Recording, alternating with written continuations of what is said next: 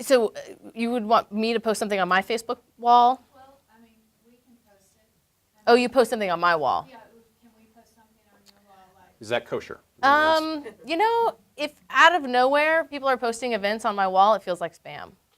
But if it's someone that, you know, I am having conversations with online, the wonderful thing about social media is that we have a relationship outside of the client relationship. So it doesn't feel like you're pitching me stories all the time. You know, we're talking about the rain that we had, or we're talking about, you know, this crazy show on TV that you like, or, you know, it's going beyond that. And so when it feels like spam, I say no, and I am very honest about that. But it doesn't mean that you can't message me on Facebook privately and say, hey, I've got this interesting event going. We'd either love to have you there, or we'd love to help, you know, have you tell your readers about it. I know it's last minute, but you know, if you can send a tweet, that'd be much appreciated. I would prefer that more than just posting it on my wall, because otherwise I might just delete it. And anyway. Good. Yeah, our Facebook presence is not as robust as Addie's is, and so I would say that's really not going to be an avenue that's going to work for Texas Monthly. I'm in Addie's camp. We definitely want to hear from you. We want to know what's going on. We'd like the opportunity to post it ourselves or establish a relationship with you where there's a bond there before you just put something on the Facebook. I think that's it does feel like spam when that happens, and unless we already have a relationship with you and know you very well, we would probably not like that. But having said that, like on Twitter, if you're sending out a tweet about your event, if you put CC at TM Food, at Edible Austin, at Broyles A, that'll make it so that we, you know, when we're searching our replies, we'll see it. Because, you know, I can't follow every restaurant in town. I can't follow every food business in town. And so that way, that's another way to sort of alert us to something that's going on if you don't want to send a Facebook message or an email. So you don't mind if we CC you? No. Tweets. Yeah. Okay. Same here. Go for it. This is not really a question about how to work with you guys, but I'd be interested in your perspective on what has been driving the growing sophistication of the Austin food scene over the last 12 years or so that I've been in Austin. I've seen quite a change. I've got people coming, you know, from Chicago, from New York, and they're like, whoa, barley swine, uchiko. I mean, what do you think is accounting for that? Let's start over there. You. Well, I think it's just that I think sophistication and population go hand in hand, and I think that Austin reached, you know, sort of a tipping point. We had enough people, which translates into enough disposable income, which translates into money, you know, with the restaurants to pay better chefs because money buys talent. Austin is such a desirable place to live. I mean, I just think that we got to, it became a big enough city. That's the short answer. Good point.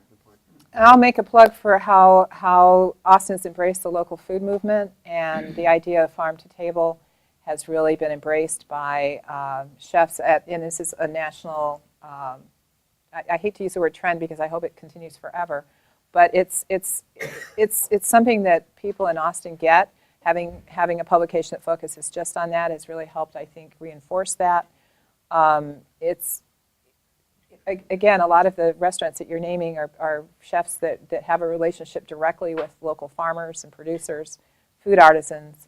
There's a real growing respect out in the consumer world for artisan foods and artisan food products, and the fact that it's local and what that does for our local economy all goes into, I think, making the food scene here really rich and relevant.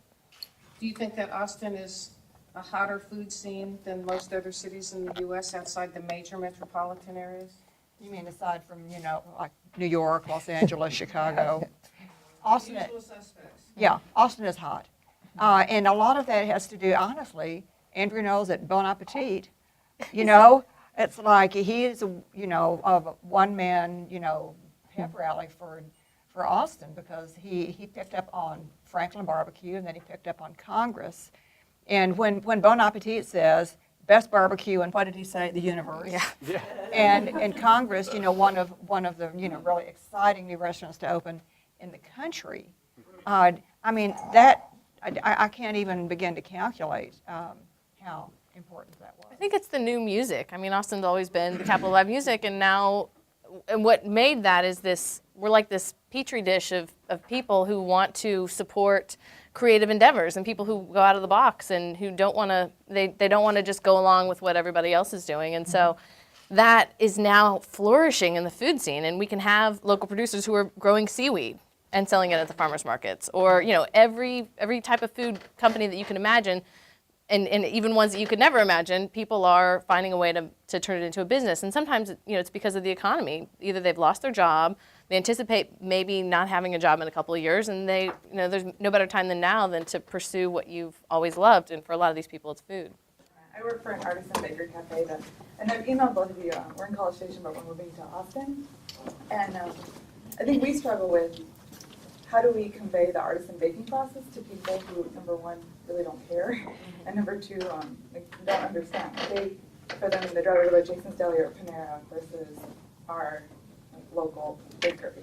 What's your name? What Oh, sure. My name is Sarah Soderville, and I work for Blue Baker. Blue Baker, okay. You know, there's no better way to learn about these things than to see them firsthand. And you know, I know that it's a hard ask to make, to say, we'd love to really have you in so you can see the process yourself, but it never hurts to make that offer. And for me, it's all about timing. Like, I've got your email filed away, because as soon as you're here, or, you know, as soon as but that's what's interesting about the way we all work, that I'm sure for Marla's deadlines, she wants to know about that right now, so she can get it in when. Yeah, and that's what's hard, is it's hard to know exactly when you're going to open. But you did a really good job, because months ahead of when you moved here, you at least let us know that you're coming, let us know who you were and why it's relevant to readers. And so you've laid the foundation for what I think will be the exact kind of relationship that I think all of us like to have with businesses and PR representatives. So, You know, and this, following up on this, like a sample, you know? I mean, there's nothing like a sample, you know, of what you're doing. Or, you know, invitation to, you know, if you're at the farmer's market, you know, where, you know, come down and, you know, see us at the Triangle on Wednesday at, you know, such and such a time. And, you know, just bear in mind that, like, right now, Texas Monthly is going to be doing a whole issue devoted to food in November. So I'm starting to, you know, like, desperately collect story ideas and try to get a structure in mind, and, you know, and categorize all the, you know, people and places and new products that I've heard of, and see, are they going to fit in? And so I'm saving string, and I'm sure that, you know, that Marla and Addie are too. That's just one particular thing. We're all saving string all the time. So just because, you know, something doesn't happen in 6 weeks doesn't mean that it won't happen. Marla, did you? Sure. We have a regular feature called Edible Endeavors that focuses quite a bit on food artisans and, you know, the craft there. Not the people. We also have a people feature. So sometimes they're more people-oriented, sometimes they're more business-oriented, depending on the focus of the story. But both are opportunities for us to write about artisan, your craft, as well as your personalities and why you're doing what you're doing, which people love to read about. One thing I wanted to mention is that starting this year, 2012, we are theming our issues, which is we've never done before. That will help when you see our editorial calendar, kind of know where you might want to specifically, again, for timing ahead of time, that you might want to specifically target. We'll continue to always have all our features, our farmers features and our entrepreneur features and all the regular features and departments we have. But a themed issue will have maybe a special feature story on that topic, maybe a couple of tangential stories that will feed into that. We do that anyway, but we're going to kind of more codify it. So summer is our beverage issue, fall is our travel issue, winter will be our heirloom issue, and spring will be our wellness issue. Again, no reason that we can't incorporate articles in any of those issues about any new artisan or food or people that have been around a long time. We also like to write about people who have been around a long time. So it's not just new stuff, but those kind of help target also. I want to add one more thing. One thing that I've learned about PR over coffee and hearing professional journalists, food editors, you name it, talk about the outreach directly from the small business owner is you may not hear back from them. Don't take it personally. It's not that they have a personal axe to grind against you because you're a known or you're not an uchi or what have you. It has nothing to do with that, just that they're very busy. Most newsrooms today, run on very few resources. It's a challenge for them to be able to get their arms around all the news pitches that come in every day.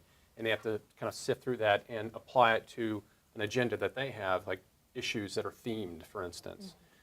So yeah, definitely don't take it personally, keep at it, but also don't necessarily go overboard and be pesky either, because that never gets you anywhere.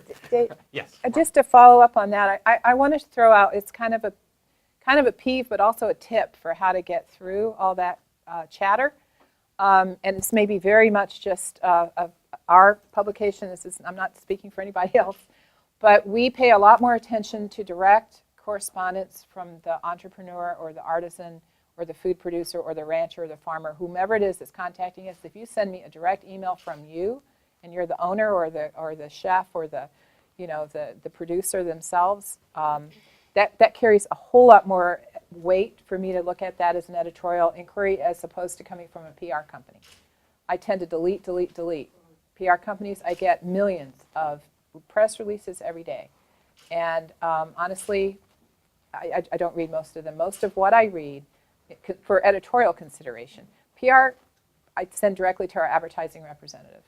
That goes to our account manager. Direct inquiries from you, the people, are what we read and pay attention to. And I'll say something along those same lines. Because we're statewide and because our dining guide is extremely restaurant focused as opposed to producer focused, I do read releases from press releases, but generally only from like certain ones that I know, and they're just the ones that are about restaurants. So all the ones that from Procter & Gamble and all that, I delete those too. And sorry to keep, I know you guys have lots of questions, but part of that, because I'm with you about wanting to have that direct ability to just call the owner and say, I've got a quick turnaround. Because that's what often happens with us is I'll be working on Food Matters on Friday, and it's running the next week. And sometimes I'm in need of, I need to be able to get a hold of somebody, and I need to get a hold of either a piece of art from them or set up a photo shoot to happen in the next 3 days. And so one thing that PR people are really good at is being responsive and being able to provide the things that we need on a quick turnaround. And if you, as an owner who is trying to sort of do your own PR, can do that as well, that makes it a lot easier for us. Because, you got to strike while the iron's hot, and sometimes that hole won't be there the following week. So, Adeline. My name's Dana. Sorry. Oh, it's okay. My name's Dana, and I own Yum Runners, which is a local food reference company. And I help a lot of artisans become retail ready or broker and find accounts for their products. But I want to get that information out to the public so that if they're an artisan and they're not sure what they need to do, that they can know to contact me. So what's the best way to get my information out there to the artisans? What did the artisans want to hear or see? Well, I think you've hosted some like entrepreneur Q&As. And I'm doing it again in March. So like what I try to do is in the event section, realize that business owners are reading the paper too. And so not just providing cooking class information or wine dinners, but also opportunities for them to connect with, if there's a social media seminar for small food businesses, I'm just as likely to run that. So keep pitching as an event. And then, at some point, maybe there are other stories about how to make it as a food business, and that's when you would come in as a source. But those things are really hard to predict about bigger picture stories like that. So, and oftentimes that's a business story too. And so don't, That's a good point. don't feel like you're just having to pitch the feature sections. Like Sandra's going to be here next month. There's a lot of opportunity for coverage in the business sections too, because you guys represent a huge trend that they're covering. A lot of So. people read business stories, so trust me, that's a good way to go.